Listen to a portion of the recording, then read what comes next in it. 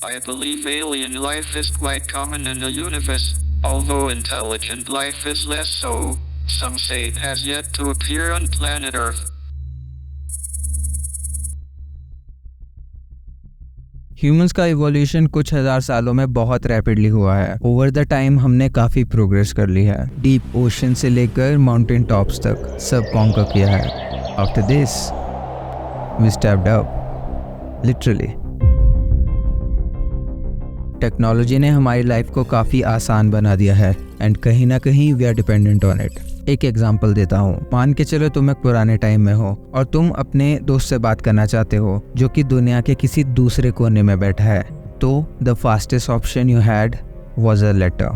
I am talking before cell phones were invented, but now we have smartphones जिससे communication बहुत आसान हो चुका है। सैटेलाइट्स इसमें एक बहुत इंपॉर्टेंट रोल प्ले करती है, क्योंकि इसके बिना calling, TV, internet, navigation system, weather forecast जैसी कई चीजें काम नहीं करती। 1957 में सोवियत यूनियन ने स्पुतनिक 1 नाम का एक सैटेलाइट लॉन्च किया था, जो अर्थ की ऑर्बिट का सबसे पहला सैटेलाइट था। पर यहाँ पे चीजें इंटरेस्टिंग हो जाती है, क्योंकि अर्थ की ऑर्बिट में ऑलरेडी एक मिस्टीरियस ऑब्जेक्ट था जिसके बारे में किसी को नहीं पता था।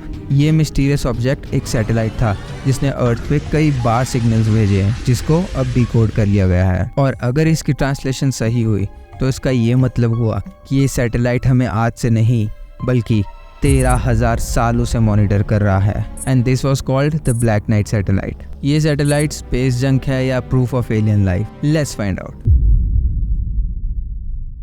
ये सब कोलोराडो स्प्रिंग से स्टार्ट होता है, जब निकोला टेस्ला 1899 में अपने रेडियो एक्सपेरिमेंट्स पे काम कर रहे थे। निकोला टेस्ला के पास एक टावर था जिसकी हेल्प से वो वायरलेस इलेक्ट्रिसिटी पे रिसर्च कर रहे थे। एक दिन उनका टावर मिस्टीरियस सिग्नल को कैच करता है, जिसे देखकर वो काफी चौंक जाते हैं। उन्हें पहले लगा कि शायद ये सिग्नल्स एटमॉस्फेयर में ही कहीं से बाउंस होकर आ रहे थे, पर वो सिग्नल्स उससे भी काफी ऊपर से आ रहे थे। वो सिग्नल्स स्पेस से आ रहे थे। यॉर्गन हॉल्स एक रेडियो ऑपरेटर थे। उन्होंने भी ऐसी ही सिमिलर एकोस को एक्सपीरियंस किया था। मैं तुम्हें एक एग्जाम्पल में समझाने की कोशिश करता हूँ। एक आदमी पॉइंट ए से पॉइंट बी को रेडियो सिग्नल सेंड करता है, तो वो सिग्नल्स अर्थ की स्ट्रेटोस्फेयर वाली लेयर से बाउंस होकर ट्रैवल करती है। इन सिग्नल्स के वेव्स की फॉर्म में ट्रैवल करने के प्रोसेस को प्रोपेगेशन कहते हैं। इसी बाउंस की वजह से वो सिग्नल्स एको करते हैं और सेंडर के पास भी वापस आ जाते हैं। यूजुअली इन एकोज में 1/7 ऑफ अ सेकंड का कंसिस्टेंट डिले होता है, पर जो एकोज यॉर्गन हॉल्स को सुनाई दी थी उनका डिले 2.7 सेकंड से ज्यादा का था। और अगर इन एकोज में 2.7 सेकंड से ज्यादा का डिले हो तो उन्हें लॉन्ग डिलेड एकोज के नाम से भी बुलाया जाता है। इतने लंबे डिले का ये मतलब हुआ कि शायद वो सिग्नल्स स्ट्रेटोस्फेयर से भी काफी ऊपर से बाउंस करके वापस आ रहे थे, पर ये कैसे और क्यों हुआ ये किसी को नहीं पता। डोनाल्ड कीहो यूएस मरीन के नेवल एविएटर थे, पर बाद में वो एक यूएफओ रिसर्चर बन गए थे। 1954 में उन्होंने न्यूज़पेपर में बताया कि उन्होंने अर्थ की ऑर्बिट में 2 सैटेलाइट्स डिटेक्ट किए हैं। This news was shocking because उस टाइम हमारे कोई भी सैटेलाइट स्पेस में नहीं थे। जैक वेले एक फेमस यूएफओलॉजिस्ट थे। ही वॉज द पर्सन जिसने द ब्लैक नाइट सैटेलाइट की वीडियो तक बना ली थी। 1961 में उन्हें अर्थ की ऑर्बिट में एक अननोन ऑब्जेक्ट दिखाई दिया और कुछ ऐसे रीजंस थे जिसकी वजह से वेले का ध्यान उस ऑब्जेक्ट के ऊपर गया। ये अननोन ऑब्जेक्ट साइज में काफी बड़ा था। सबसे हैरान करने वाली बात ये थी कि इसके 4 साल पहले स्पुतनिक 1 लॉन्च हुआ था जिसका वेट 83.6 किलोग्राम था, पर इस ऑब्जेक्ट का वेट 15,000 किलोग्राम था, ऑलमोस्ट लाइक अ ट्रक। और उस टाइम हमारा कोई भी रॉकेट इतना पावरफुल नहीं था कि वो इतनी हैवी चीज को स्पेस में भेज सके। ये ऑब्जेक्ट पोलर ऑर्बिट में था। अब पोलर ऑर्बिट में ऐसा क्या खास है? जो भी सैटेलाइट पोलर ऑर्बिट में होता है उसके पास एक बहुत बड़ा एडवांटेज होता है। Polar orbit is the only area जहां से हम पूरी अर्थ के सरफेस को कवर कर सकते हैं। मतलब अगर कोई सैटेलाइट पोलर ऑर्बिट में है तो वो पूरे अर्थ को मॉनिटर कर सकता है। जो भी सैटेलाइट्स अर्थ के अराउंड रोटेट करती है वो अर्थ के साथ प्रोग्रेड ऑर्बिट में मूव करती है, मतलब वेस्ट टू ईस्ट। इसका एक सिंपल सा रीजन है, अर्थ का ग्रेविटेशनल पुल इसको काफी फ्यूल एफिशिएंट बना लेता है। पर ये अननोन ऑब्जेक्ट अर्थ की रोटेशन के अगेंस्ट मूव कर रहा था in a retrograde orbit. East to west. इतनी भारी चीज का अर्थ की ग्रेविटी के अगेंस्ट मूव करना इम्पॉसिबल था, क्योंकि ऐसी टेक्नोलॉजी एग्जिस्ट ही नहीं करती थी। इस डिस्कवरी के बाद वैले और उसकी टीम बहुत ज्यादा एक्साइटेड थी, क्योंकि उन्हें लगा कि अर्थ की ग्रेविटी ने एक नेचुरल सैटेलाइट को कैप्चर कर लिया है। वैले के पास अपनी इतनी बड़ी डिस्कवरी के सब प्रूफ जैसे फोटोज, वीडियोस, रिकॉर्डेड डाटा सब था। पर वैले के अकॉर्डिंग एक अननोन सुपरवाइजर आया और उसने सारा का सारा डाटा इरेज कर दिया, जिसका reason according to the supervisor was embarrassment. वो उस ऑब्जेक्ट को आइडेंटिफाई नहीं कर पाए और एम्बैरेसमेंट में उन्होंने उस वीडियोस, फाइल्स और जो भी उनका डाटा था सबको डिलीट कर दिया। You know what I am trying to say. इससे एक बात साबित हो जाती है कि वो लोग नहीं चाहते थे कि ये न्यूज़ पब्लिक के सामने आए। गॉर्डन कूपर एक अमेरिकन एस्ट्रोनॉट थे। पास्ट में वो वर्ल्ड वॉर 2 के फाइटर भी रह चुके थे। वो पहले ऐसे इंसान थे जो अपने स्पेस मिशन के दौरान सो गए थे। प्रोजेक्ट मर्करी यूएस का पहला ह्यूमन स्पेस प्रोग्राम था, जिसके वो पार्ट थे। इस प्रोग्राम में 7 एस्ट्रोनॉट्स थे, जिनमें वो सबसे यंग थे। 1963 में जब वो अर्थ की ऑर्बिट का चक्कर लगा रहे थे, तब उन्हें अपनी शिप के आगे एक ग्रीन लाइट ग्लो करती हुई दिखती है। वो देखकर उन्होंने तुरंत अपने क्रू को इस बारे में इन्फॉर्म किया। उनके क्रू ने उस ऑब्जेक्ट को ट्रैक किया और कंफर्म किया कि उनकी शिप के आगे कुछ ना कुछ तो जरूर है। द शॉकिंग पार्ट वाज वो ऑब्जेक्ट रेट्रोग्रेड ऑर्बिट में मूव कर रहा था। एनबीसी को इस बारे में पता लग चुका था और जब कूपर अपने मिशन से वापस आए तो मीडिया को उनसे मिलने तक नहीं दिया गया और नासा का ऑफिशियल रिस्पांस ये था कि कुछ टेक्निकल प्रॉब्लम की वजह से उनके कैबिन में कार्बन डाइऑक्साइड रिलीज हो गई थी, जिससे कूपर को हेल्यूसिनेशंस होने लग गई थी। जैसा गॉर्डन कूपर का पास्ट है, being an astronaut, world war 2 fighter, it feels hard to believe कि वो हेल्यूसिनेट कर गए होंगे। बट ओके, जब तक वो नासा में थे उन्होंने सीधा मना कर दिया था कि उन्होंने ऐसा कुछ भी नहीं देखा। पर जब वो रिटायर हुए, उन्होंने अपने इंटरव्यू में कुछ अलग ही बातें डिस्क्लोज करी। मैंने आपके 1951 के इंसिडेंट के बारे में पढ़ा था, जिसमें आपने बताया कि आपने वाकई में 100 से ज्यादा यूएफओस देखे थे। हाँ, वो काफी ऊपर उड़ रहे थे। कितना ऊपर ये कहना मुश्किल है, क्योंकि उनके पास जा पाना नामुमकिन था। या तो वो काफी बड़े विमान थे या बहुत छोटे।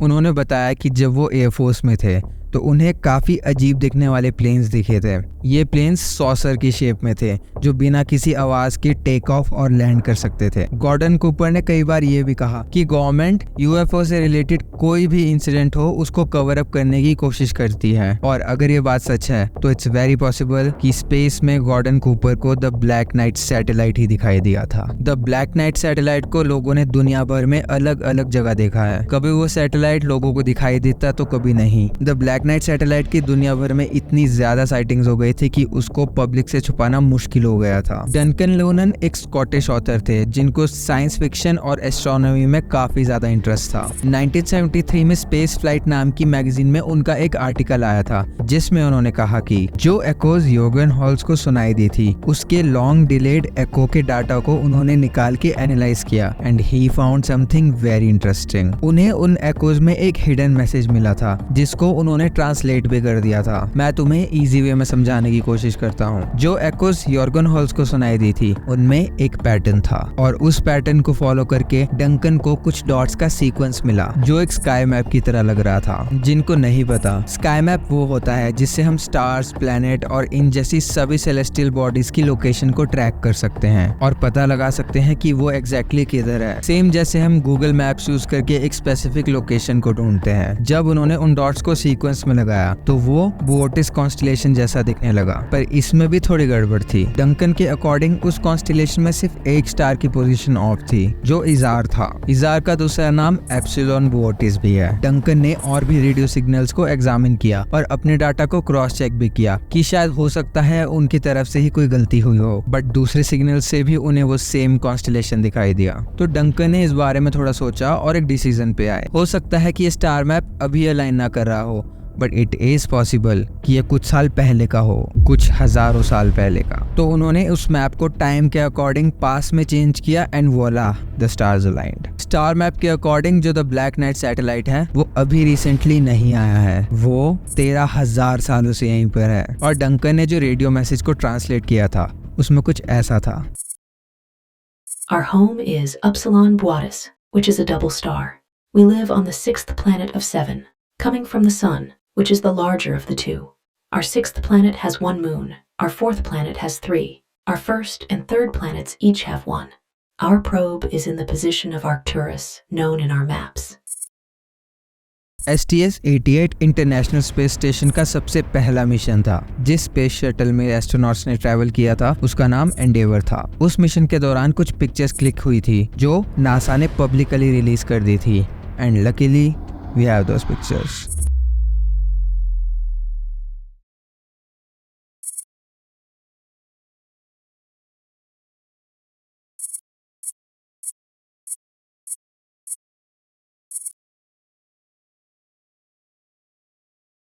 इन पिक्चर्स को देखकर ऐसा लगता है कि ये कोई स्पेशल एयरक्राफ्ट है जो हमारी ऑर्बिट में रोटेट कर रहा है and this might be the proof that this is the black knight satellite. But let's not jump on conclusions yet. इसको देख के एक क्वेश्चन दिमाग में आता है कि ये क्या है, यहाँ पे क्या कर रहा है। I think it's very possible कि ये प्रोब किसी एडवांस सिविलाइजेशन का हो जो हम पे नजर रख रहा है और हमारी सारी प्रोग्रेस को मॉनिटर कर रहा है। This make sense. एक एग्जांपल देता हूँ। मान के चलो मार्स पे एक सिविलाइजेशन एग्जिस्ट करती है जिससे कई गुना ज्यादा एडवांस हम लोग हैं, तो हम भी प्रोब्स जैसी टेक्नोलॉजी का यूज करके ये पता लगाने की कोशिश करेंगे कि मार्स पे लाइफ एग्जिस्ट करती है या नहीं और सब कुछ मॉनिटर करेंगे। सॉरी, मार्स रोवर वो ऑलरेडी कर रहा है।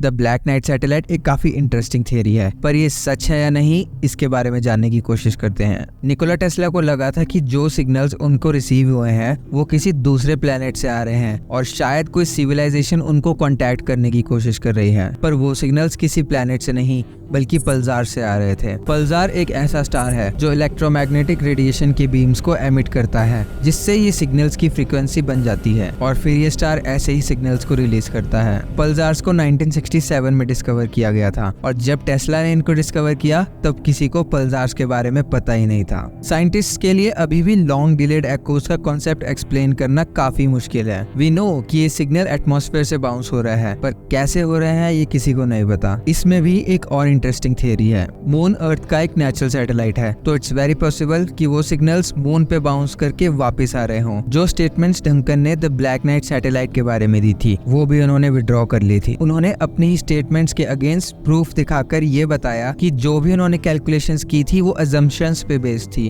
तो इट्स वेरी पॉसिबल कि वो गलत भी हो सकती है। कुछ टाइम बाद उन्होंने ये क्लेम किया कि उनकी उस स्टेटमेंट का पार्ट जो एप्सिलॉन बोर्टिस के बारे में था वो सही था। जो पिक्चर्स नासा ने STS-88 मिशन के दौरान ली थी उसके लिए भी नासा की अलग ही एक्सप्लेनेशन है। उन्होंने कहा कि एक एस्ट्रोनॉट शिप पे थर्मल कवर इंस्टॉल कर रहा था जो कि उसके हाथ से छूट गया और अर्थ की ऑर्बिट में चला गया और चक्कर मारने लग गया। वो पिक्चर्स उन्होंने डॉक्यूमेंटेशन के प्रूफ के लिए ली थी। हमारा यूनिवर्स बहुत बड़ा है जिसमें अनलिमिटेड पॉसिबिलिटीज है, हम बस उसका एक फ्रैक्शन जितना हिस्सा है। We don't know what's out there. जितने चांसेस ब्लैक नाइट सैटेलाइट के ना होने के हैं उतने ही होने के भी है। देयर इज पॉसिबिलिटी कि हमसे भी ज्यादा एडवांस सिविलाइजेशन हो जो एग्जिस्ट कर रही हो। देयर इज पॉसिबिलिटी कि हमारे प्लेनेट जैसा एक और प्लेनेट हो जिसमें सब कुछ सेम हो, including you. And there is possibility कि इतने बड़े यूनिवर्स में हम अकेले हो, which is really scary.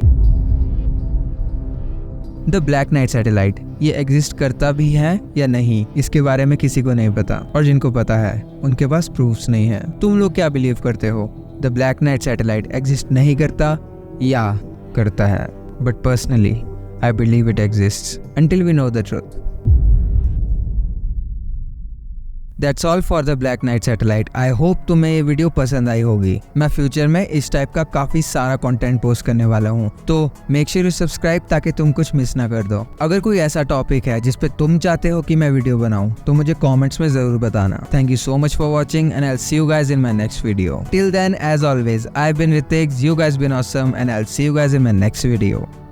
Peace out.